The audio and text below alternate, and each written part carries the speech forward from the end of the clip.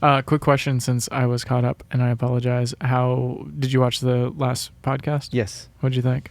I thought it was enjoyable. I thought it was too. Yeah. I was actually like, oh, this is pretty good. There's a few things that I was thinking as you were talking, but then I never said them that I feel like I want to say this time so people know. Okay. There's a couple things which I can't remember right now. So I have to remember. Well, when you do. Okay, so are we rolling? Yeah, we're rolling. We've been rolling for 10 minutes. Okay.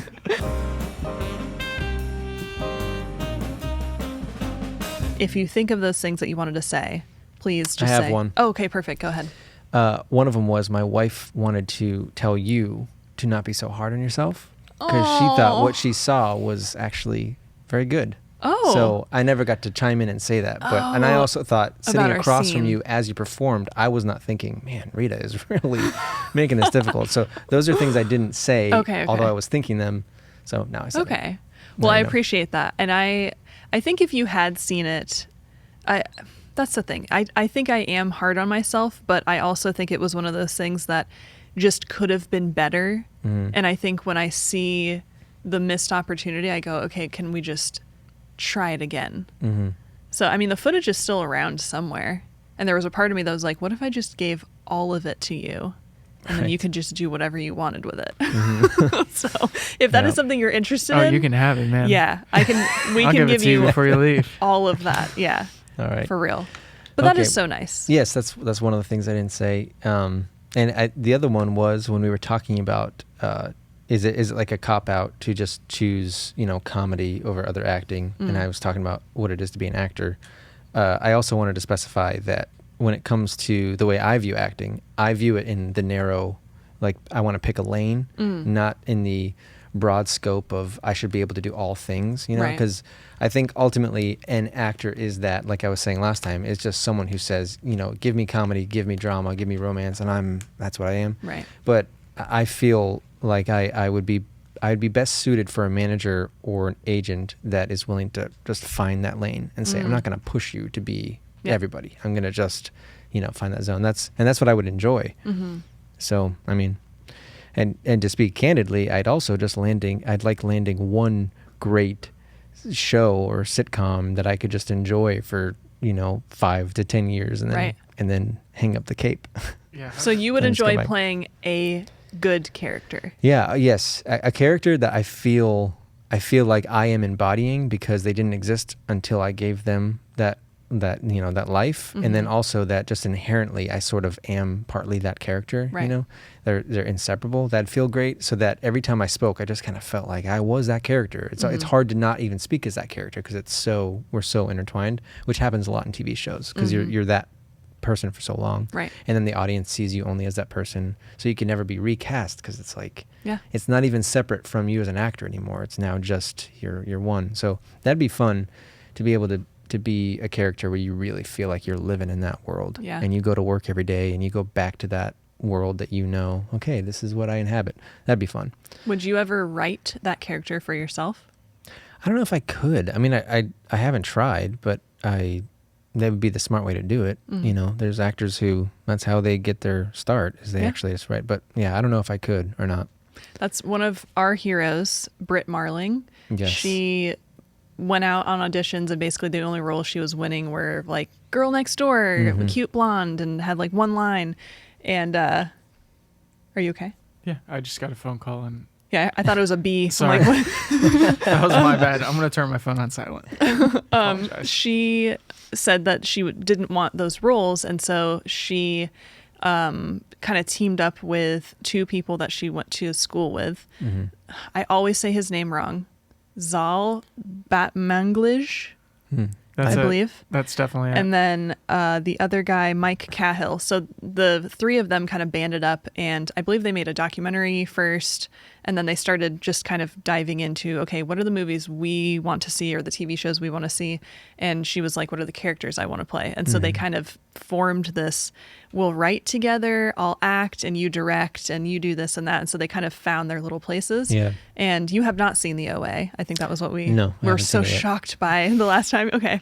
That is an example of, you can see all of their previous work was built on, and then suddenly they were given this big budget and the ability to tell the story, because it's 2 seasons. They sadly got canceled. I heard. Yeah, I saw that it was canceled. Broke my heart. But it was very, very well done to where you can see it was them trying to do like whatever story existed in them was definitely shared. And Mike Cahill is not involved in the OA, but it's Britt and Zal are just like, you can tell that they understand each other. And when they write together, they're writing for characters she can play. And she plays these very like... Yeah, did you watch Sound of My Voice?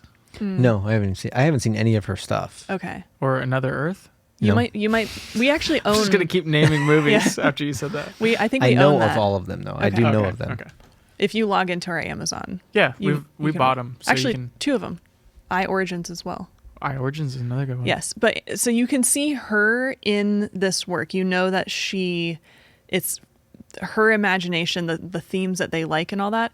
But I bring her up because she says she really wants to play other people's characters. She likes it when she is not the one who has to think of the world. And she even says, like, while they're writing, it's amazing and they write all this stuff and it flows. And then suddenly she goes, oh, well, now I have to play this character. And then it kind of freaks her out for a second because they're so free in the writing room that there's no like, well, if I play her, I don't want to do that. They just go and then she has to play it. And so I think it's interesting when people do break out and they say, this is the role that I want to do. I'm going to write it.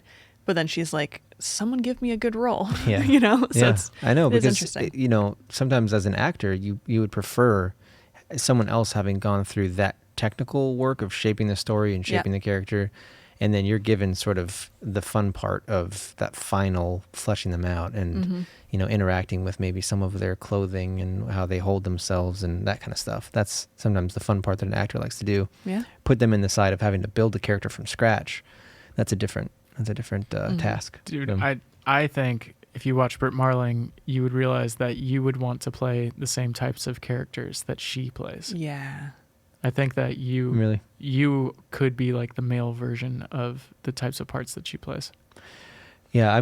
I would. I like dramatic acting and dramatic. Well, it's kind of like sci-fi, but like psychological sci-fi. Yes. Like it's Very really angelic. I feel like she really embodies this angelic, almost alien type of character. In all of her movies, she kind of plays this fish out of water in a sense, but she's not.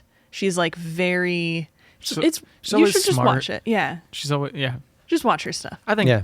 you'll like it. And then before we move on with this, I want to talk about film festivals. Okay. And just kind of the whole world of actors and networking and how they kind of what you said about Will Ferrell, how he's like supporting his friends and Yes, doing all that yeah. stuff. I want to dive more into that. But I do want to say in the previous podcast, we talked about, I almost said, what's Allison Brie? And I just watched a Between Two Ferns where he made fun of Brie Larson and saying everybody gets those confused. So Brie Larson's YouTube videos, I watched her auditions Yes. two-parter. Yeah. So we started talking about this. Do you think I really enjoy it. I think she is doing a very fantastic job just being normal, being herself. She's very natural on there, even how she edits herself. She's not taking herself too seriously. She's not also trying to make fun of herself. So it's this very refreshing way to watch her. And I did not read comments. I think that's very important. If there is somebody that you want to continue liking, you shouldn't read what haters are saying about them. Yeah, that can be a pain. Yeah, I know. But so I'm curious because she is talking about all of the jobs that she went up for and she lists all the movies that she didn't get. I'm like, I've pretty much seen all of those. Like, it's so weird to imagine if she played that role instead of the person who actually got it. And then just hearing the painstaking amount of times that she had to audition, the stress of it and not doing good and all this stuff. And so it's very interesting to see this very famous person talking about she would fit right in the conversation that we were having where it's just, it's stressful and you leave and you go, that was terrible. And am I ever going to get work? And then suddenly they call you back and then suddenly you're the last person on the list and then you don't get it. And you're like, why not? And they don't tell you why. But do you think her managers or whoever, do you think they're screening her YouTube videos to make sure that she's not, because she bleeped out the name of somebody that she was talking about or the movie she was talking about one time, I think, but the rest she's very candid about. And I'm like, how are they allowing her to do this? Yeah. So what's your take on that? Yeah, I mean that's the question I had too. Is like you said, there was a couple edits in there that you could tell that maybe when it was screened, it was like, we don't want to give that detail. We don't want to give that name Yeah. because all that matters, but I really don't know because it's a level of being candid that is probably a bit new for any manager or agent to navigate. True. Because there's really not much of a precedent for this kind of, just here I am being me, being totally natural on camera, being in my home, sharing these personal stories that maybe humanize me to a risky degree or something, where it's like maybe you're not going to see me the same way, the same mystique that you did before. So I have a lot of questions about that I do not have answers to because it's at such a high level of she has so much power and influence right now, and her status is so high that I don't know how a manager and agent handles when, she makes the decision, or if they made it collectively, that I'm going to start doing YouTube.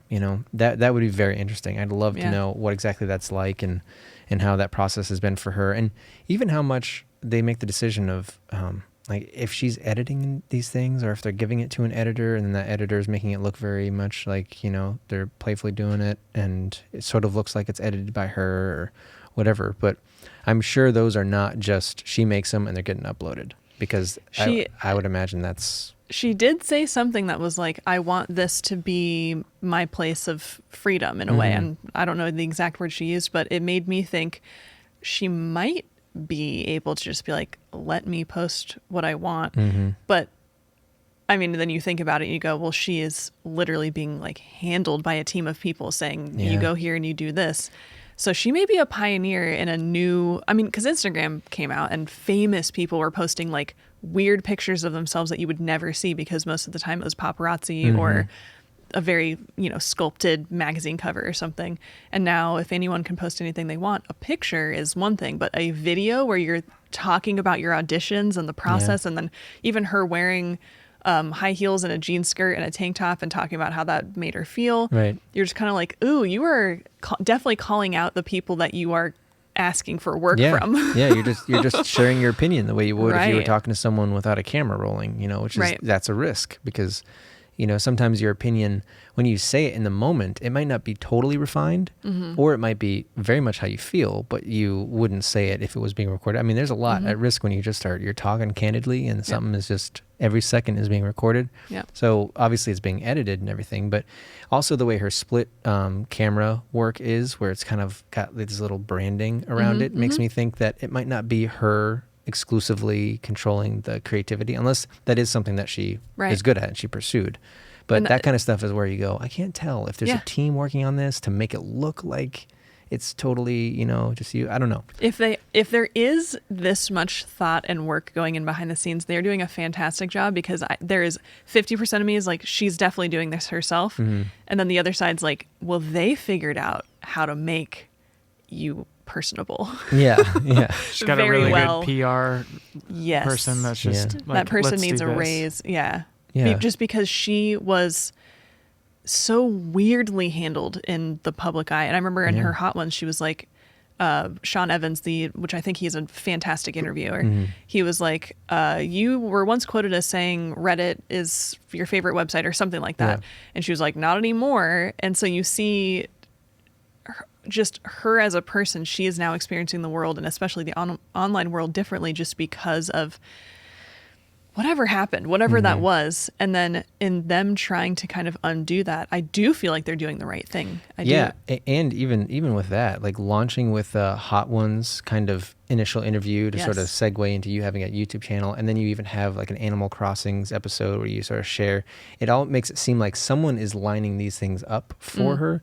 She could be doing it herself because YouTubers do this, but it's just a matter of if she has enough time to be doing that, or her manager would say, I'll line that stuff up for you. Right. You can still be candid and be you, but we don't want to make you literally have a YouTube channel where you're going through all the building process that a normal YouTuber goes through. But either way, I think it's a smart move because it's weird. She won an Oscar. Yes. Like, she's an Oscar-winning actress. And she's collaborating with people that are not the top YouTubers. Yeah. There's people that I just recently started following. I'm like, Joshua Wiseman, like I just subscribed and he does like food stuff and his stuff is quirky. And that's why I think she may be going for her brand, because I don't know if you know him. No, I don't recognize that name. When you watch his videos, they're interesting. They're fun. It's all about food, but how he does it is it's almost like seductive in a silly way, like how he talks about his food. And she did a collaboration with him. There was some other designer where she redid her house, and then I think she did a workout video. So what she is doing is it's not like, oh, I'm going to go talk to literally the most popular YouTuber because Right. I'm on YouTube now and this is your platform. She or her team, I don't know, they are choosing very good people for her to collaborate with. Yeah. They are very much in that vein of like, we are real. We're also very talented, but we're not trying to, because you cannot tell that she is as famous as she is when Yeah. she talks about this stuff. She's just Yeah. wearing like a tank top and Yeah, talking I mean, like no even big deal. if there is a team strategizing for her or with her, she still is a pretty down-to-earth person. Yeah. One way or the other. I mean, it's like, it doesn't necessarily matter how much she's in control of, because even if she can't control everything, I wouldn't say it's because she's just wanting to fake it. I would say it's because probably the manager or the agent is saying this is too much to allow you to Yeah. do whatever you want. Yeah. So she's just sort of maybe humbly saying, okay, I'll listen to whatever it is. Yeah. I don't think it's because she's, she would be faking it, even if it is a teamwork thing. Well, that would be a really bad move to fake being a certain way. And then Yeah. suddenly someone leaks a video that's like an unedited. Oh, Yeah. this is going to segue off into a weird direction. There was a girl who, and I'm not going to say her name because it's whatever, but she uploaded on accident a video. This was a girl who I think she's trying to be an actor. Mm-hmm. She was doing vlogs. She bought a Doberman Pinscher. And obviously it's a beautiful dog that is a very large animal. It needs a lot of training. And it was a puppy. And so Oh, yes. I heard about this. you heard about this? Yes. She accidentally uploaded the unedited version of the video for like minutes. Man. But somebody took it Mm-hmm. and then they posted it and it was her like spitting on her dog. Yeah. And it was just terrible. And then everyone started watching all of her older videos going, I see where you cut out right before you did something. Like, are you beating him and all this crazy stuff? And she just, it was pretty wild to see how people handled that. And then she Yeah. apparently just recently tried to come back and I'm like, you shouldn't. Yeah, I know. That's scary. I mean, that upload button, man. Yeah. It's like you better have watched that a few times to Right. make sure you did not. Because I see people who leave rather benign little misedits in there, or they'll even leave like a take that's, they'll go, so this current game that's coming. Yeah. So this current game that's coming out, Yeah. they'll do that. Yeah, and yeah. you'll go, huh, How do didn't-" you not catch that? I know. Because How do you? yeah, I don't know. I mean, Rita watches back her. You would never miss that. I watched our entire 2-hour podcast back. Did you? Oh, yeah. And occasionally I would put it on double time just because I'm like, I know that there's a lot to watch here.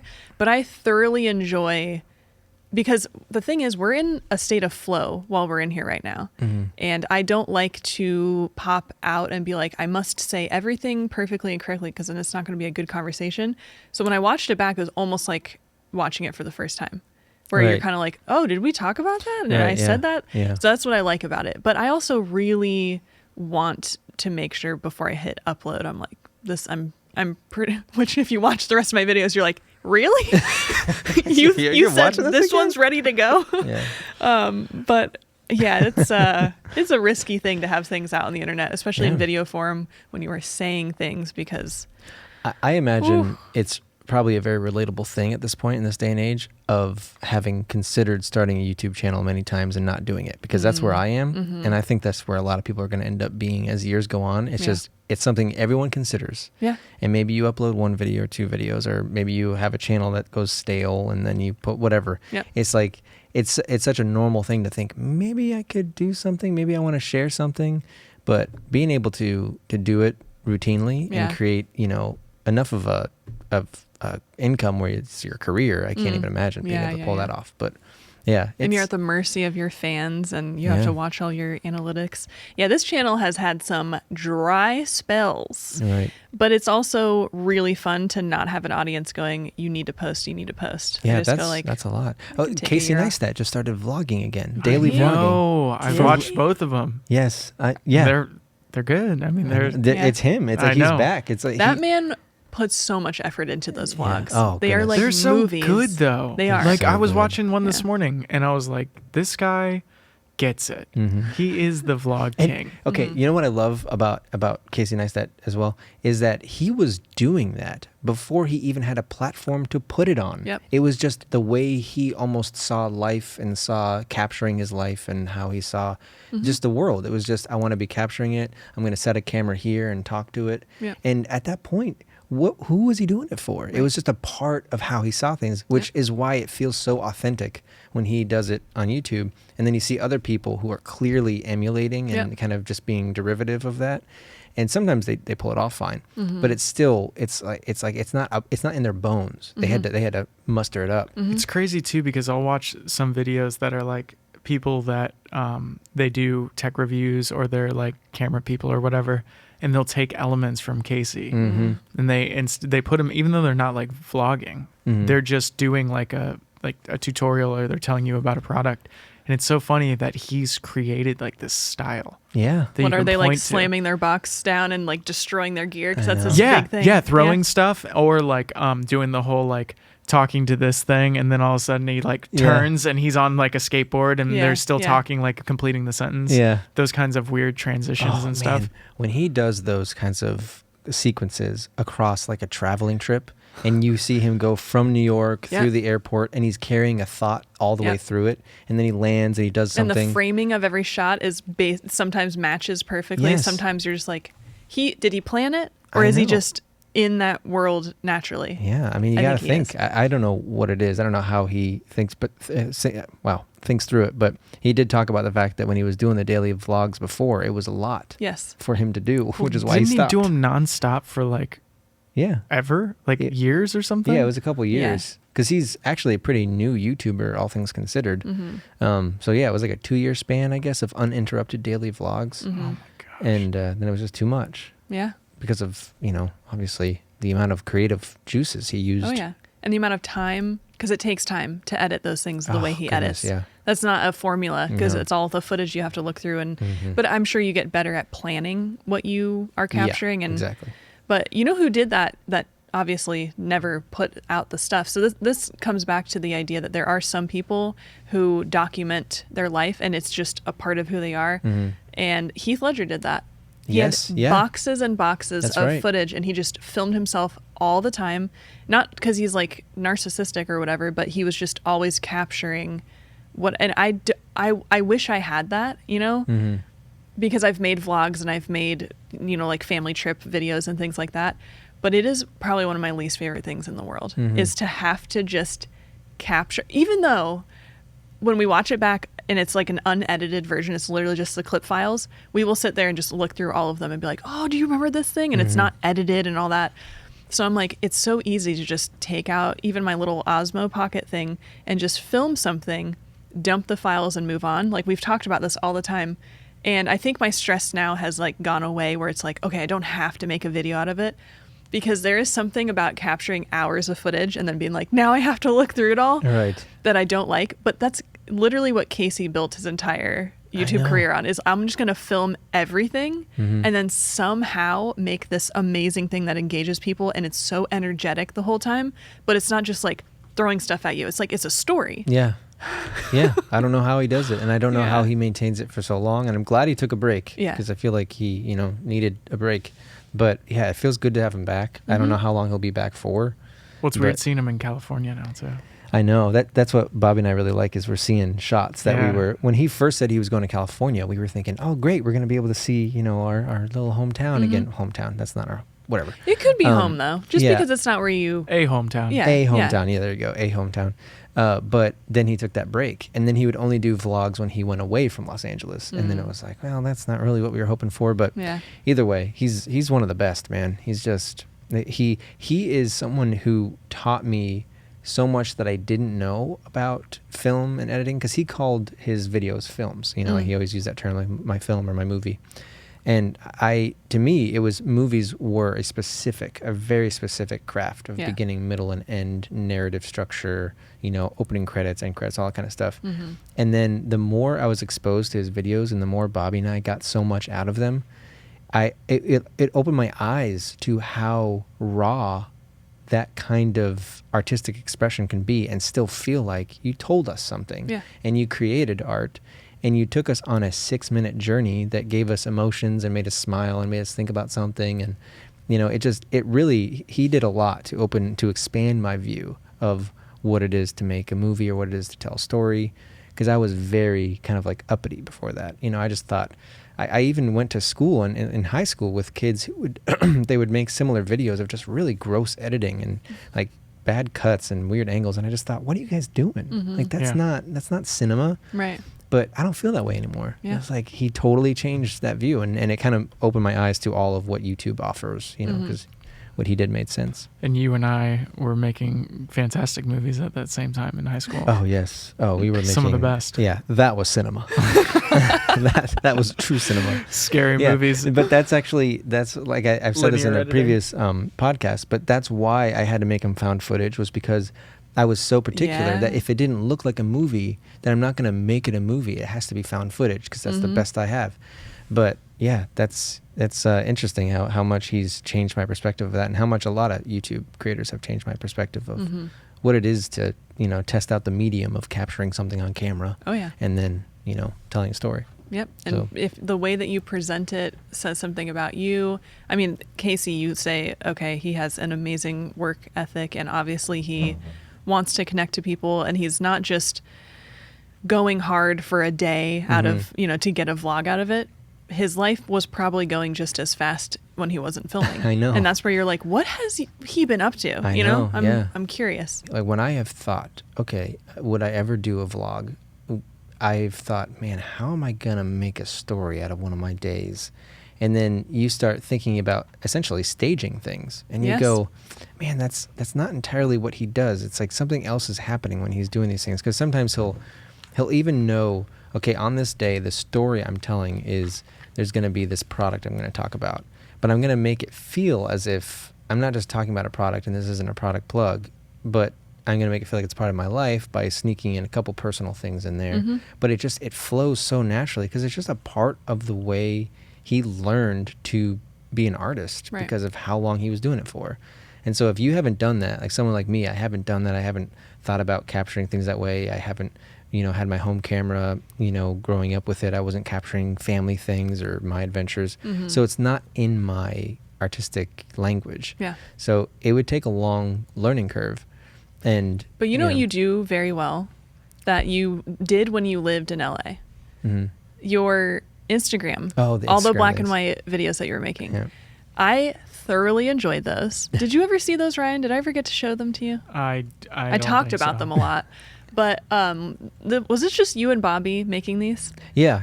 It was, it was the kind of thing where we would be certain areas and capture a few of them and kind of span them out over a few days. And then some of them were not related to footage we captured, but it was like a clip of something or whatever. Like the cartoons. Yeah, it'd be like a cartoon. But you were so do you remember Vine? The app where it was like 6-second videos. Yeah. So these were like 15 seconds or something, right? That you were doing. I think that there is an art to telling a short story. You know, when you see something and at the end you go, ah. Right. And that's what those gave me. You know, it gave you this like thing, and you just knew you were going to tie it in with like the line at the end, whatever the text was at the end of it. So you were, I think, very good at telling stories. Obviously, the long form, being an actor, you have to understand that. But I mean, just saying, if you were reconsidering a YouTube channel or something, you can do whatever you want, honestly.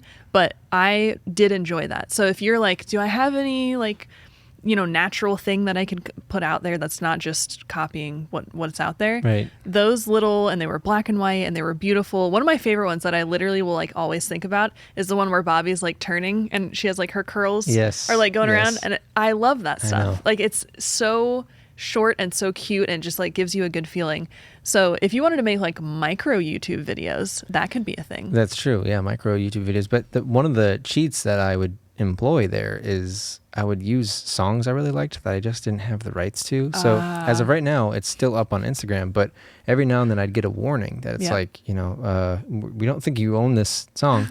But this song did so much of the work. Yes. And so if you actually wanted to do it and monetize it, and even technically right now, even though I'm not monetizing them, I'm pretty sure I'm not supposed to be using it. But it's at that point, you're having to use music that you would have the rights to or you buy the rights to and still try to capture that much of a mood. Right. Which means you have a little more work to do because those songs are doing so much of the work. And that's what I loved about them, because I'd hear it whether I was listening to Spotify or going through some mix or whatever. and I'd go, oh, I can totally see something right now. And then I'd go kind of capture it and then put that song to it. Yeah. But yeah, when it comes to actually like truly creating something where you're not using someone else's art as a crutch, that's when, you know, I haven't quite figured out what that would be, because Casey's using music, but he's using music that people now are offering to him. It's like, please use my music, give me exposure. And, you know, it's, he's not using it as much of a crutch as it is just, it's, you know, kind of together like a harmonious little relationship. But music, so this is Ryan's expertise as far as movies and stuff go. Oh, yeah. When people are watching a movie, I think now the importance of music is starting to be very much recognized, because it used to be the actor was what made the movie. And now obviously people are looking and saying, okay, the writers are what make it good, the cinematographer. There's all these pieces that come together. But a movie is pretty much 50% the sound. If you turned off the visuals and you just listened, it should be compelling. And same with the visuals. If you turn off the sound, it should also be compelling. But when you start getting some music in there and some sound effects and things like that, it is really what brings it to life. And on this, on Slant of Light, the short film. Man, that was beautiful, by the way. I didn't know you guys reshot that. Okay. The thing I had seen before was, I guess, the previous shoot. But whatever changes you made, I don't know if it was 100% reshot. Not 100%. No. So this is what's amazing. Okay, so this is really exciting. This is one of my favorite things ever. One of my goals was to get something into Sundance this year. And I found out that Sundance, which was founded by Robert Redford, which is great. I didn't know that. Just learned that. So Sundance had their, what is it called? The cutoff time. You must have everything submitted by this time. I found out that today was the cutoff for short films. Wow. And maybe a month ago, I found that out. And I was like, we have a month to make something. And so I'm thinking, okay, what can we make? What can we do? What do I have? And I started looking through and I'm like, okay, so Slant of Light was this thing that we made literally on $0, no budget. And it was wrote it one day, shot it the next day kind of thing. Yeah. It was literally just That's awesome. test with Kevin Brothers, who is a cinematographer. He just bought a new set of lenses and was like, can we just shoot something? And we're like, okay, we don't want to just shoot stuff. Like, let's make it to where it'll be a film, has a story, whatever. So literally wrote it. You wrote this, wrote the script. And we just guerrilla style kind of just filmed this thing and put it together. And the footage that was in it before was supposed to kind of be this symbolic Mother Nature kind of thing. And it wasn't exactly what I thought. So when we went out to shoot it, I'm envisioning this thing and I get the footage back and it obviously looked beautiful, but I was never really a fan of my outfit, never really a fan of like what we captured, because it wasn't telling a story necessarily. It was just kind of like cool looking stuff. We went out to Mayaca and it was like flooded, so it looked cool. Saturday or Thursday night after work, like, do you want to try to do this? So a month ago, tomorrow? I'm like, can we make something new? Maybe we'll just, and we kind of forgot about it, honestly, until Thursday. Yeah. And it was like, we already late Thursday. Yeah. We were like, we already have all these other creative projects that we're doing, this cover and all this other stuff. So we're like, I'll just do it next year. Like, we'll make something. David will be in it. Like, we'll make something. We'll put it in a film festival next year. And so I really did kind of let that idea go. And then I look at my calendar and it updated me and said, Sundance submission is on Monday, today. And I'm like, we have, let's see, Friday, Saturday, Sunday. So we had literally just the weekend. Like, what can we do? If we reshot some stuff from the short film, it could make it better. And then we're like, do you want to just do it tomorrow? We're like, okay, I guess we'll just jump in there. So we went in early morning. Wow. Filmed on Friday. And I stayed up till a little bit after 11, just editing that. And then I got it finished, went to sleep, showed him in the morning. And I'm like, I think this is ready to go. Wow. That So we was it. submitted. That's amazing. That's So awesome. So what's I the was so submission excited. process? Like, how long do you have to wait for? Well, this is what's a little sad. So Sundance happens in late January, early February. They notify you if it's going to be in it or if they're in the competition, whatever, in like December. And the festival is in Utah. So I'm not sure if I'm going to be able to go to Sundance. Well, Right. and it's not guaranteed that it'll be screened. Exactly. So here's the thing. When do they tell you if it's gonna In be screened? December. Oh, okay. If on the very, very, very, very slight chance that it gets played, I will be so excited. Just Yeah. because I don't know, it was one of those things that I had just given up on. And then it was like, even after we shot all that stuff, I was like, Ryan, We shot all of it and went in the room to look at the audio and realized our audio master, like, I couldn't get back into it. My program had updated. I didn't have the previous version. Oh, Like, goodness, I love that stuff. Yeah, I was. You could scroll on that timeline for days, and there were just layers. And I was like, upon I can layers. redo it. It'll probably take, because there was a few things I had to redo. Some things I could kind of fake. I was like, it'll probably take me 5 or 10 hours. I could get it done. We're just like, just give up. I was like, if it's 10 hours, it's not worth it. Like, it may not even, because I hadn't even put the footage together. Right. So I was like, we filmed it, and the filming process, when you're capturing something that's very silhouetted and very, you're, and it was in slow motion. We captured it in 80 frames. And so I'm like, I don't even know what this looks like. I know that we did some cool stuff with lights or whatever, but I don't know if it's going to be good. And so I'm sitting there thinking, I don't know if the footage is good. It's probably not. If we can't change the sound, whatever. And then I don't even know why I continued. You just kept going. And then I went to bed at like 8:00. And then next morning I was like, okay, it's done.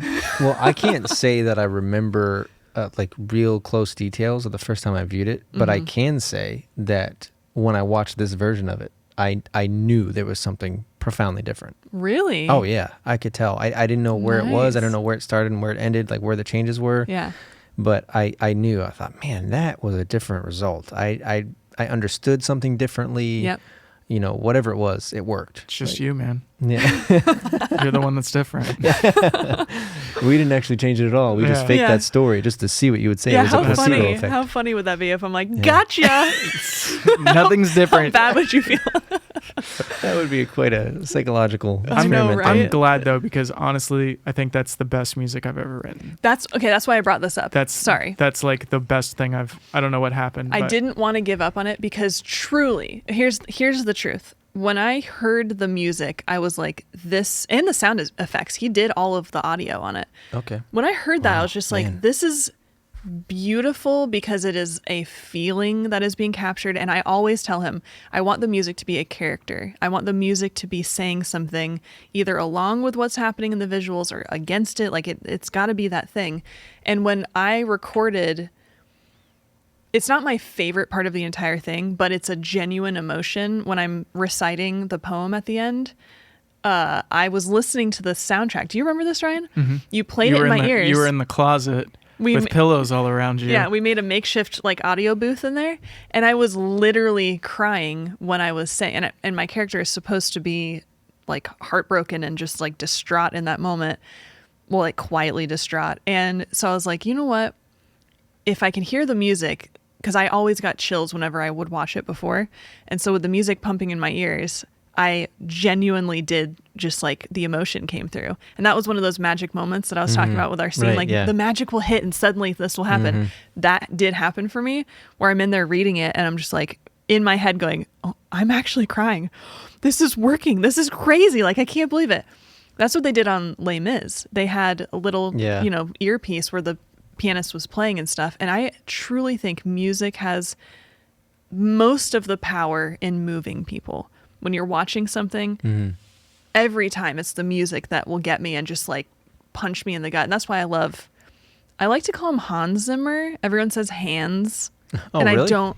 I say Hans too. You do say Hans? Hans. We should call him Hans. Yeah. But Hans Zimmer has some of my favorite music. Just, I feel like he understands the tone of everything, and the way he moves you is just so like big and magnificent that you're just like, yes, I love this. Yeah. But Ryan, you are right there with Hans Zimmer in my mind. I've written a lot of crap. That was not it. That was not I crap. don't know what happened, but it all came through. It was inspired. I have to agree with the music sentiment there, because there is so much work that music does in a movie or TV show that can make it feel far more transcendent sometimes than the actors or the editing or the directing or anything else. The music hits at the right moment and you go, it elevated everything in that movie. Oh yeah. And there are times where if it's a great movie with everything else and the music helps it, then you have, like that experience that's cinematic and timeless and wonderful things. Yeah. But man, there's no joke. There's been times I've told several people about just the effect that music has, in my opinion, when I'm watching something. And it's just, sometimes, like, I think we've talked about this before, but I'll be watching a TV show and I'll be sort of not into the episode. You're getting like 40 minutes through and you're going, I'm barely hanging on. And then they choose some song at the end to do a quick montage of where all the characters are in that moment. And you all of a sudden are hooked right back into the story, and the episode ends and you think you want to watch the next episode, but then you realize once it starts, you're back into like that's the rest. I wasn't that into it. I feel like we did talk about this. I think we did. Did you have an example of a show that did that? Well, honestly, a lot of shows do that. I don't have a specific example, but there's a whole bunch of shows that end with some sort of musical little tie-in, and it tends to just really bring you back in, because you feel some of the things that you weren't connecting to while the episode was kind of playing through. All of a sudden, you get it at the end because that musical cue suddenly told you something. And you went, oh, that's the emotion, and it all makes sense. And it's like, so there's one particular director, James Cameron, who, I don't want to be blacklisted in Hollywood here, but there was a time, I can't remember what interview it was or what documentary, but he referenced music in particular and said that he doesn't really agree that it's meant to tell the audience what to feel, which to a certain degree I would agree with that. Mm-hmm. But his tone toward it was a little bit more like, the music shouldn't be doing that much work. It shouldn't be, viewed as that much of like a transcendent thing. Yeah. I may be mischaracterizing the way he thought, but in my mind, I was just going, James Cameron movies have music that I go, when you see the Titanic and you hear that music kick in, I understood that movie because of the music. Right. Everything in that movie made sense because the music made sense. Right. There are times where it just happens. You hear it and you go, that's right. That's what you're supposed to feel here.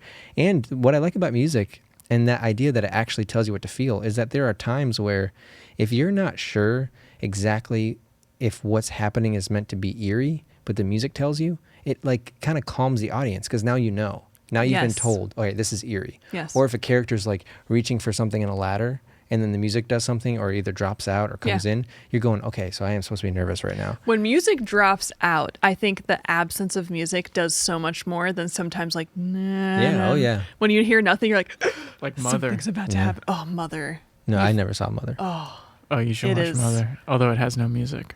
It has no music. They have amazing sound though. But there was a perfect example, and I want to shout out to this band because I don't think anybody really knew them. But the show Mrs. Fletcher has one of my favorite actresses in it. What is her name, Ryan? I don't know. She's your favorite, though. That's what you said. She's in so many shows, and she plays comedy very well. But this was more of a drama for her. Oh, perfect. Can you please do this?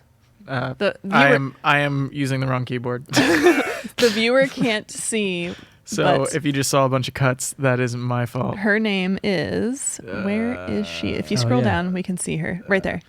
Catherine Hahn. Catherine Hahn. That looks like a Han. That's a It's a Han.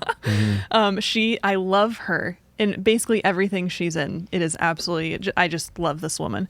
But she's in a great lane as an actress, in my opinion, it's actor, because she, it's like you're getting quality material, or you can get quality material. Yes. You're not, like, everyone knows you where you are expected to be always landing like top notch. It's like you're right in that zone of just, it's a career. It's a, pretty profound career. Kate Blanchett has my career envy. Oh, yeah. I think she is amazing. Like, I want to be her.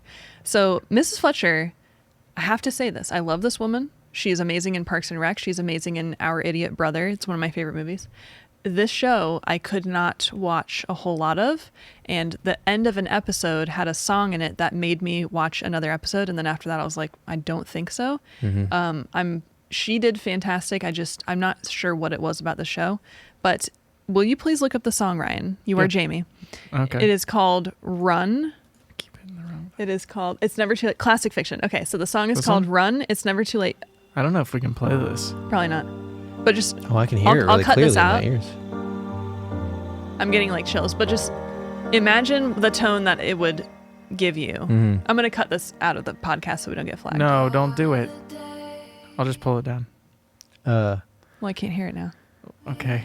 I'm getting the vibe already, though. I get the vibe. And she's like in a pool and she just goes underwater. Mm-hmm. And actually, I think she's fully naked in this too. And it's the first moment of the entire show that you go, oh, there's like some seriousness here. Yeah. And this song gave me chills like crazy. I looked it up. Look how many views. Well, I think that's kind of what James Cameron's contention is, that he feels like for you and I as viewers, when that happens and the music tells us something, we love it because it's like all of a sudden you're going, okay, I get it. To him, I think he's thinking, if the director hasn't gotten you there without requiring the music to push you over the edge, then the director hasn't done their job. I think that's what he's trying to say. I can see that. Which I can understand because he's like one of the greatest directors ever. So yes. But I still think, man, when that music does that, because even I'm telling you, we could list off almost all modern shows and have sequences that they use music for. But in Hell on Wheels, there's this moment. Do you know Hell on Wheels? Mm-mm. Okay. Well, it's a show about the railroads that were going out west and the teams that built them. And there's this particular episode where they use a Mumford & Sons song. Oh, and Mumford. I love Mumford. The episode, what was cool was they open with the song. So it's sort of like, typically an episode just starts where you're, working on the little storyline, but they open with the song, and it's all of them together. They're being attacked at the same time. All these disparate characters who before this moment didn't really see eye to eye. They all had different world views and were on different sides of the Civil War and all this kind of stuff. But then this song kicks in, and then you're feeling this connection, like almost as if you felt, maybe that's what the show's going to be about. It's about the fact that these disparate characters are going to create the railroads that take us west and like expand the nation and everything. And it turns out all that really ended up happening was it was just a great song for a moment that made it feel very big. Yeah. The show didn't really follow that storyline. It didn't follow the idea of bringing these people together or are they connected. It just, when that song hit and Bobby and I were watching it, my wife Bobby, I feel like I have to say that every time. It was like, oh, this is what the show's about. It's about this connection, and that's just because the music did it. Yep. So it just hurt because the show wasn't doing that. Yeah. But do you happen to remember which Mumford song it was? It was the "Death Is at Your Doorstep." Oh goodness, I think it's called "Brother." Probably. Brother. No, not "Brother." That's some. It sounds like one of their song if you titles. type up Mumford & Sons and "Death Is at Your Doorstep," it's going to bring up the lyrics. Yeah. Okay. Sorry, I have a hurt. No, it's okay. Oh, there it is. Tim Shell. There it is. Tim Shell? Okay. Yeah. Yeah, and that episode opens with it, and man, it gets you there quick. Yeah. And you're like, oh goodness, what a great moment. Yeah.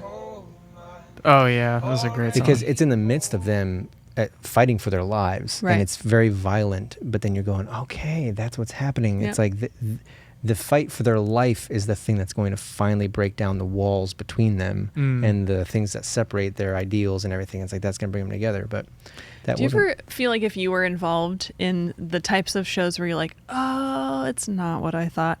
Do you ever wonder what those things could be, or do you ever wish like, if I was a part of this, maybe I would have turned it this direction or this direction? It's almost that all the time. And I respect the industry and the people in it enough to know that if I was on that team and if I was in that world, I may see all the hurdles that were in their way. Yes. To preventing it, whether it's because, a whole bunch of opinions were all over the place, or it's a miracle that it even was as good as it was because of all this stuff. So I know that there's a lot of stories going on behind the scenes of shows that look like you were almost perfect. Why didn't you just get there? So, but I do think all the time, man, I wish I could walk in as like the lead creative voice and just go, this is what we need to do right now. We need to totally push that character. We need to move this episode here. Don't do that episode. Scrap that. And like a super famous person walks over like, what do you think I should do? And you're like, you should do that. Yeah. It would be awesome. It'd be dream come true, but you got to earn that. Oh yeah. Do you have any shows that you feel like they just lost it at the end? Oh, gracious. Man, I want to think of like a good example that encapsulates the way, because everyone has those shows we watched just near the end. Well, you think of your show. I want to tell Ryan's finger story real quick. Oh, because you mentioned story. Yes. So he mentioned the reason he's doing not as good as he normally does on typing. Yeah, like he's flipping you a symbolic bird, because it's not the middle finger. It is the ring finger on your right hand. This poor man. So we talked about frogs in the last podcast episode. And the next day, I believe, Ryan defended my honor from a frog. Oh, wow. And this is the story. So we're in here working, and it was the day that we shot the stuff for the short film. Okay. And we had hazed the crap out of the studio. So, and there's no windows in here, so it was very hazy. We're like, we can't really breathe or swallow. And so we wanted to air everything out. You know, because we told you that there are some double doors over there that are frog haven. There are always frogs on this thing. And then this door over here, those are the only two. And we're like, we need some airflow. Right. So Ryan's like, I'm going to open these doors. Don't worry, I got this broom. Like, I'll sweep away any frogs that I see. And so he opens it. Lo and behold, there is a frog. And so he takes the broom and he jams the frog to try to get him to just go away. But his finger I don't even know exactly how this occurred. I rammed my finger right into the hinge. The metal hinge that has like a sharp edge on it, and literally like scraped a chunk of skin it's gone. right above his nail, and it just instantly started bleeding. Like a chunk was taken. I lost my appetite when I saw it. And then David, just to make things add insult to injury and didn't even know it, sends me this picture of that. Okay, this is the cutest thing I've ever seen in my life. That frog is so proud to be in that photograph. Yeah, it was great. I got home, found out the frog had been traveling on my car while I was driving. On it? Yeah. Holding on? Yeah, just hanging on for dear life. And so I got out to help him get off the car, and he hopped right on me, and then he hopped down to my leg. See? Yeah, and which I had no problem with because, cute little guy. And I sat down and I thought, let me see if I can get a picture so I can, send it to Bobby. And then all of a sudden he just starts participating. He kind of gets positioned and he looks down at the camera. I'm going, this is so weird. And I had to get a few because you know how selfies work. Yeah, you have to. You take quite a few of them. You both have to be okay with it before you post it. Yeah, exactly. And then we did, we did a little duck face. But yeah, it was cute. He was a cute little guy. And then I had to ask him to leave. I mean, he didn't understand what I was saying. I had to push him off and go, buddy, be free, go out. So usually they just turn and jump on your face. The thing that you love about frogs is the thing that I am scared of. Is the fact that you were like, please leave, and he was like, no, I'm invited. Yeah. Oh, that reminds me. I hope we haven't talked about this in one of the podcasts, but I forgot that you don't like the sudden jump because that was the thing with the lizards when we were younger. And you said, I don't like lizards because they jump. And I told him, lizards don't jump. And it was that day we were going to get a lizard for like a science experiment. And as he approaches it, the lizard jumps on him. He screamed. And I was going, I've never seen a lizard just jump onto somebody like that. Dude, I think it's certain people. It's I think amazing. certain people have real issues with animals jumping on them. And I'm one of them, and Rita's one of them. And the animals know it. And so they're like, oh, he's one.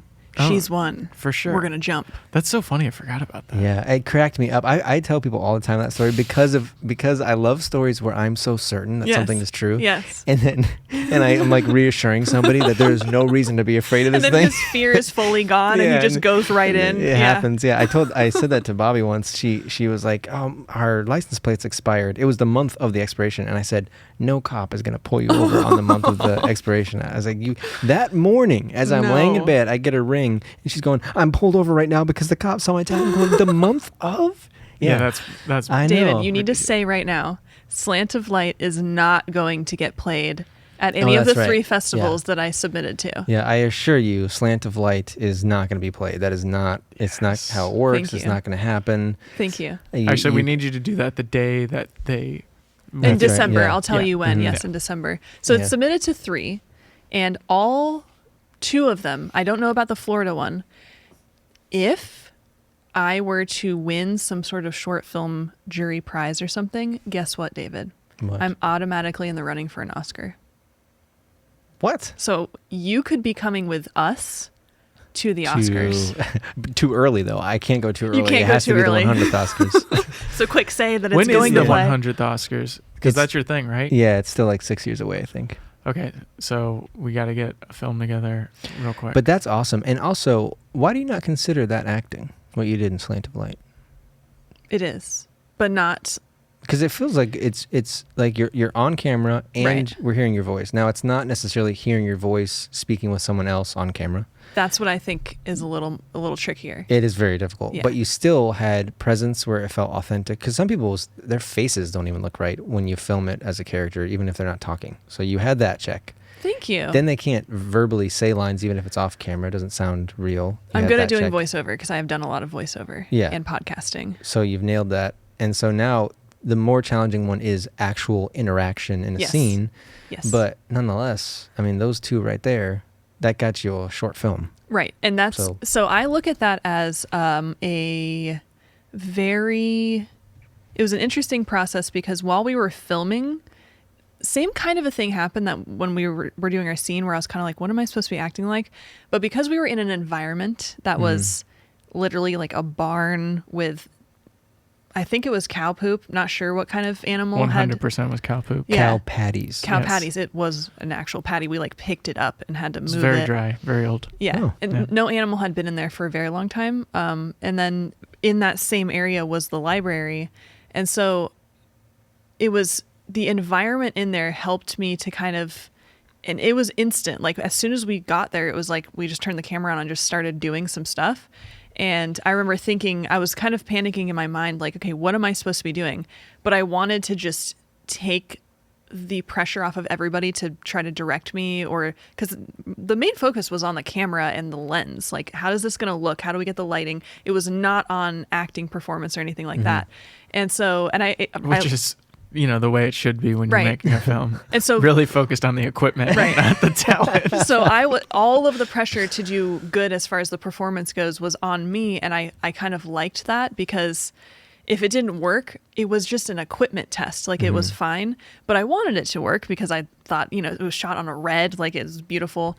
And so what's funny is the part that I look at that would be the most acting, whatever, is the B-roll stuff that we shot in the studio where I'm like more serious and stuff.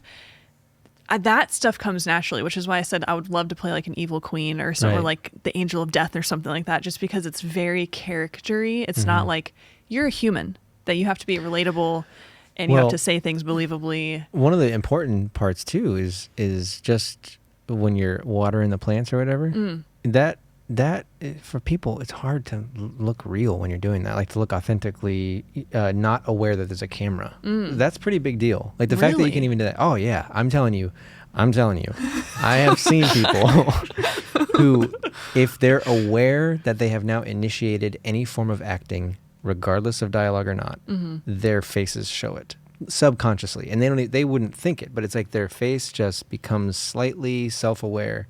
And it requires the art of being able to totally disengage from that camera and just be there as if it was just, what's in that room. So I think those parts are very actory.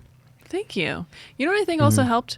I had zero makeup on, and I specifically wanted to look kind of greasy as somebody who had been living indoors for, I don't know how long. I don't even think she knows how long. But I wanted it to be this I remember kind of feeling dirty and kind of gross, and I embraced that. And we talk about this all the time, like when it starts raining outside, if you don't want to be caught in the rain, you're gonna hate the rain. Like this happened the other day when I was walking with my mom. I was literally like a drowned rat. I just hated it because I was not expecting the rain. But then for her, she's literally like dancing in the road, like, oh my goodness, the rain. And I'm like more upset because I'm like, my running shoes are getting wet. And so it's like one of those things where in the environment that can make you uncomfortable, you either embrace it and then fully go with it, which is what happened in this, which is why I think maybe it was authentic because my fingers were actually dirty and I was actually kind of feeling gross, that it just kind of helped to just go and play into this thing. Yeah. But it's kind of funny because every time I watched it back, I was like, my face is blank. There was no emotion, no acting, no nothing. And so I got very self-conscious. As soon as I submitted to the festivals, I kind of panicked and I watched it probably 15 times, just like, what have I done? Like, this is now going to possibly be seen by real professionals now. That would be, you do not need to put that pressure on yourself because it will not be, that's not the way it's going to play out. No, that kind of stuff, there is like no reason to put that added pressure on you because it's it's like what they would call a good problem to have. It's so unlikely that you get to a position where that role is like known enough by people of importance that it's going to be at all part of your career. And that is relieving to hear. Yeah, that if it does happen and you're like, oh shoot, that one, it's still, wait a minute, that's a good problem, because that means somehow this cut through all the noise and now people are seeing it. So it's like one of those things where you're going, it could be a problem, but it's a good problem because of there's so much noise out there. There are so many people doing that stuff where it's like short films all over the place, actors writing characters for themselves so that they can, it's oversaturated big time. So okay, so is this kind of your opinion on festivals, that it's a very oversaturated kind of way to try to break out into something? I think whatever way you want to choose, even if it's an oversaturated market, I think it's fine. Yeah, as long as you're, in my mind, as long as there's a realistic understanding of the world you're about to enter into. Because if you don't prep yourself for the realism, at some point you're going to hit a wall of realism that's going to, could really undermine your whole viewpoint. So it just helps to sort of have a good realization of how many people like you there are and how many times more talented they are than you, which is not indicative of who's going to be successful. Right. It's just, you just know, okay, so they're more talented, they're doing it better, but I may still have this advantage, or I may still, maybe on this particular day with this particular person that took the submission, I'm going to have this, connection with whatever it is. There's no telling. So you got to play to win. Yeah, you don't give up on it. It's just you want to be aware of, what the odds are and how you want to play those odds. Right. But again, I'm all for pursuing the dream. Yeah. And submitting to festivals. I think festivals are a great avenue for exposure. And it's have you been to many?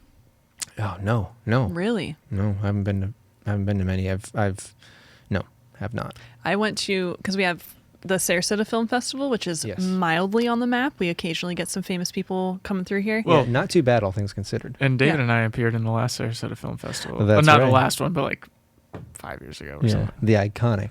I do have behind the scenes of the thing that you guys... Oh, God. That was actually really... Do you remember that? Oh, of course. The behind the scenes? Yeah. Yes, I remember that. And I remember you capturing, because you were there when the stunt went wrong.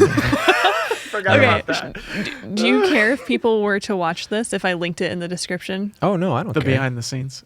I Because believe you don't it have was, the original, correct? I believe it is now private, because it's one of those like vloggy style videos that I was like, this might be a memory for me, but it may be public. I'm not exactly sure. Well, but just to I'll give a link little it. backstory. Yes. We got suckered into doing a short film. A student film. A student film. I was teaching a film class up in Bradenton, and they needed an actor, so I called David, and they shaved your face. They shaved my for face. the first time. And I could tell I never gave them what they were looking for, because every time I was like, is this what you're looking for? They were like, you got to be more like, and they described the scare. I'm going, everything I do is not working for them. They're not going, okay, that's it. Well, these kids were also like 11. They were children. They were children. But here's the thing, though. And they were using a red camera, I'm pretty sure, right? Yeah, it was nice equipment. But here's the funny thing.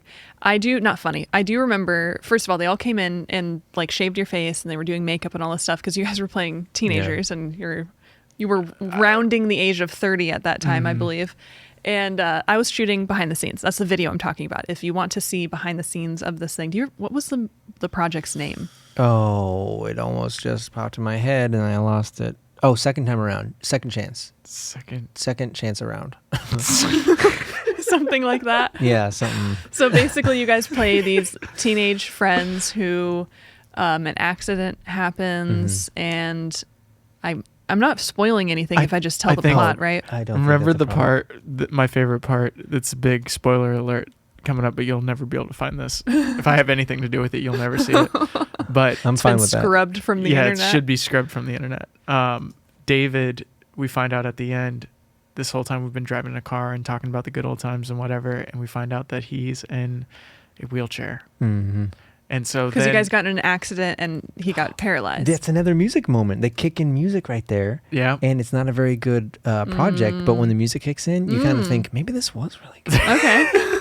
Yeah. But David gets on my back, and I have to carry him up a tree. Yes. Yeah. And they like show his legs like dangling. Yeah, I know. And I had to keep them loose so that Right. it looked like I couldn't move. And even though in my mind I'm going, I am really wanting to move my legs right now because I'm on someone's back on a ladder. Very high up in the air. Yes. You guys went up very high, and Yeah, then you that had was to dangerous. zip line. Okay, so there were moments that I remembered from this. Mostly what I captured, I think what I included in mine were the bloopers and things like that. Like you trying to open the wheelchair and it just not working, and then which is funny because if you have developed calf muscles, it's funny to play somebody that you're supposed to be showing that you don't use them when, like, you guys didn't have a whole lot of preparation. You got nice calves, buddy. Yeah, and you weren't really like, I've been in method for, a few months and I haven't used my legs, so they're atrophied, so just be careful with me. Like, you were walking yourself to the ladder and then suddenly had to, like, lay on him. And so just the way that they were organizing the action and things like that, it was, to me, it was very funny to watch. What's funny, too, is that I was really excited to try to execute this movement from the car to the wheelchair. And I thought, okay, this is going to be interesting. I'm going to kind of use my arms and really make sure my legs stay totally relaxed and pull myself over. And I'm really thinking, I want to give a good performance here. And then when I see the movie, the camera is miles away. So you're not seeing any of my struggle or really all the little things I'm doing to keep going. Man, I really gave a lot there in that transition, and I am not seeing anything. Yes. And then, so the event that we are talking about is you guys filmed this thing in a winter month, right? It was cold outside. Yeah, really cold. And for Florida. Yeah. But water at this temperature of air, the water was cold. And so what they had you do was climb up this very high ladder, get onto a zip line, and zip line. You were supposed to go into the water, right? You weren't supposed to go across. No, you're supposed to drop into the water. And so you drop in. Like this crazy, because it was supposed to be skydiving. So it had to be ratcheted all the way down to ziplining into a lake. So it's like, talk about like, guys, we gotta go. Well, they wrote this script and they bring it to me and they're like, skydiving, you need to go I'm like, we're not doing that. I don't know what to tell you guys. You gotta change that. You could have like laid on a green screen bench and like they could have put like a blow dryer in your mouth. I've seen them fake some skydiving before. It's always fun. So anyways, you fell in and you were supposed to like come up and be like, woo! But you came up and you're like, oh! Yeah. And like the cold just took your voice away, dude, your breath so away. Cold. Yeah. It was unbelievably cold. They literally like peeled out in a car and drove it as fast as they could over to where we were, turned on the heat, got blankets on blankets on blankets, and you were literally... I've never seen somebody so cold before. Yeah, it was so weird. I could not get my like core temperature back under control because what ended up happening is once I fell in and I had to do a couple woos for them, I started realizing I got to wait for Ryan to go. I'm going, I'm going to just have to wade in this water. And so, because he's a good friend, he's watching out for me. I could tell, I could see him from where I was. His body language was clearly showing, I got to get in the water for David. Yes. And then he starts telling him, guys, I got to go. I have to go. He's in the water right now. I thought, and the zip line had to get around the lake. That's what it was. The kid was walking so your zip line. Right. Yeah, he was walking. So, that's right. Because he had to get it back to you. He had to. And this was across a lake, and the kid literally like leisurely grabs it, and they're like, run!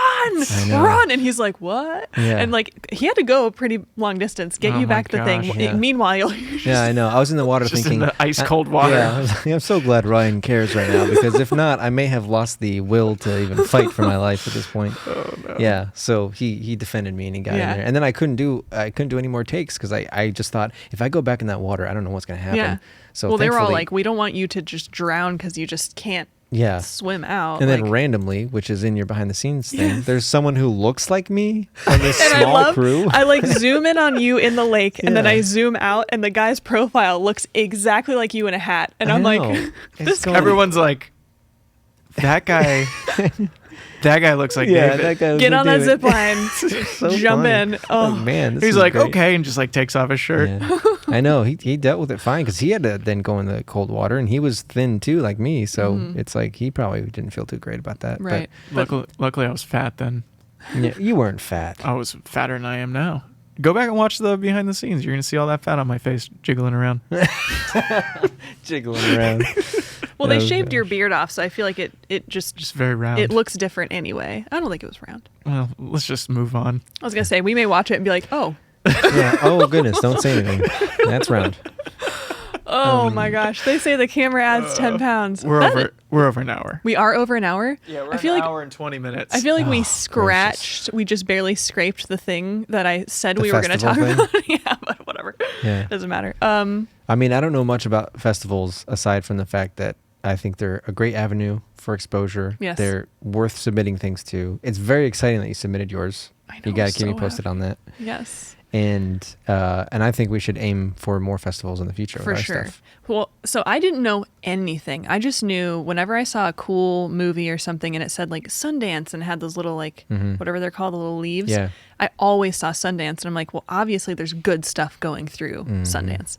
And then I sign up on Film Freeway, which is apparently like a free IMDb profile. And I start looking through and there's so many film festivals. It's insane. It's almost like nauseating because you're like, which ones do I submit to? And they all cost money. And so I picked 3. But the more I start looking through, I'm just like, there's so many opportunities. I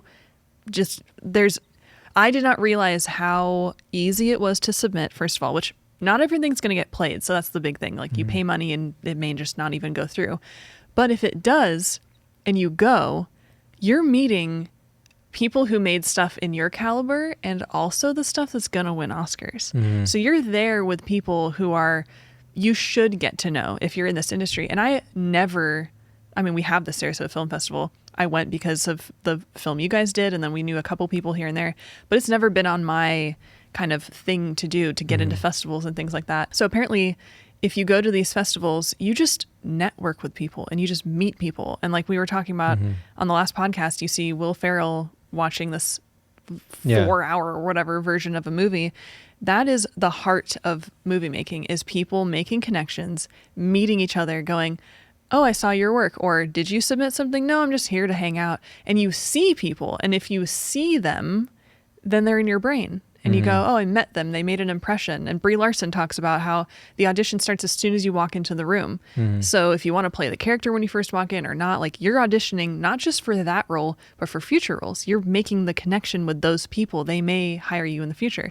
So you go to a film festival, it's like an audition everywhere. You're just walking around going, all these people I could work with. And networking is a lot like auditioning in the sense of it's a low percentage of success that comes from it, which means you have to do a lot of it. Right. And that's the part where it's like stamina is the thing that wins the game, and it's like a war of attrition kind of thing, is that people can get burnt out of networking because again, you're gonna get a lot of, there's not literal no's in networking, but there's no calling, no communication. There's a lot of we should get together. Like, this is and great, then, and then nothing's ever followed up on. And so you have to be willing to push through and network, knowing that it's the low amount of times that connection becomes something. Yeah. But that connection could be the difference between you having a career and not having a career. Exactly. So it's a lot of work. I mean, networking can be exciting, but it is called network. Yes, that is true. This guy. But yeah, it's all very exhausting. That kind of constantly having to make connections with, because then what ends up happening is you recognize that this one seems like I'm having a conversation that's worthless right now. Yes. When this kind of conversation would have got me really excited 3 years ago, now I'm realizing this conversation is just not doing anything for them, not doing anything for me, and you're trying to figure out, and then you never know which one you read wrong. And it's like that one was actually the one that they, they're going to call you back and they're going to say, hey, I want to work with you on something. So it's a lot of work, all that kind of stuff, going to festivals, connecting with people, staying motivated. Because what ends up happening too is that you're in these situations where you feel like you're right there next to very successful people, but you feel as if you should be about as far away from each other as the size of the nation itself, because you can tell I'm here, they're in the corner of the room, but I have nothing. I feel like there's no way I have a chasm to fill between us. And I'm just a fan at this point. Yeah, so it's very difficult to transition from feeling like I'm in the same room as all these people to actually going, I'm with these people and we're talking about stuff, and it's a journey, and you got to be willing to push through those moments where you get back from an event and go, I'm pretty sure I didn't do anything helpful for my career just then, and just But that's why if you're real, if you try to just be you and you're not putting on something and saying, what is this director that I just saw walk by me? Like I used to think if I went to New York City, then I was going to be discovered. Like just by being there and like walking a certain way, like someone's going to watch me through a window and be like, we need her. We need her. You're Chase not the her first down. to think that. Right? Yeah. They kind of make you think that that's how it works. Yeah. And so I think if you are just you and you're not trying to give something, like present something that isn't you, because then I don't know, it's just you're putting so much energy out there and you're not enjoying it and you're not actually being you. And if the people hire you because you're doing something fake, well, that's not going to be good for you, because now you're going to have to be like, well, what was I in front of them? I forgot what I was playing when I was meeting them for the first time. But I do want to shout out to Isaiah. I was just going to say that. There is one person That's that I know. so weird. Our brains are very connected, right? I was going to say shout out to Isaiah. I do, because he is the kid. So he was what was he on the shoot that you guys did? I don't remember, but he was the kid that was should always, have been in charge of everything, because he's the most legit kid I've ever met. He was in my the kid life. that was like always holding the camera, because they made the rule like don't ever let this camera sit here without a hand on it.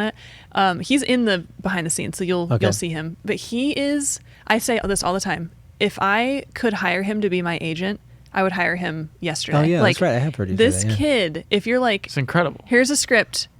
Get this in the right hands. He'll just like figure it out. Like he is such a networking natural, but he is not the kid that you're like, oh, he's faking it.